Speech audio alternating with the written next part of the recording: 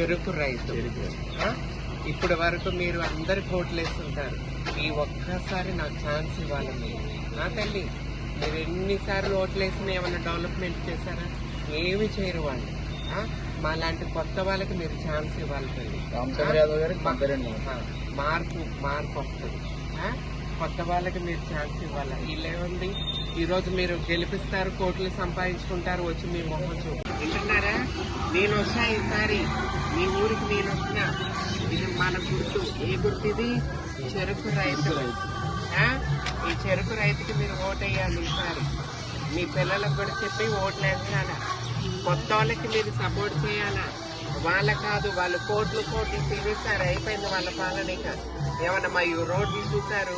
ఏమన్నా చేశారా వాళ్ళు మీకు? ఏమన్నా మార్పు వచ్చిందా? రాలేదు కదా.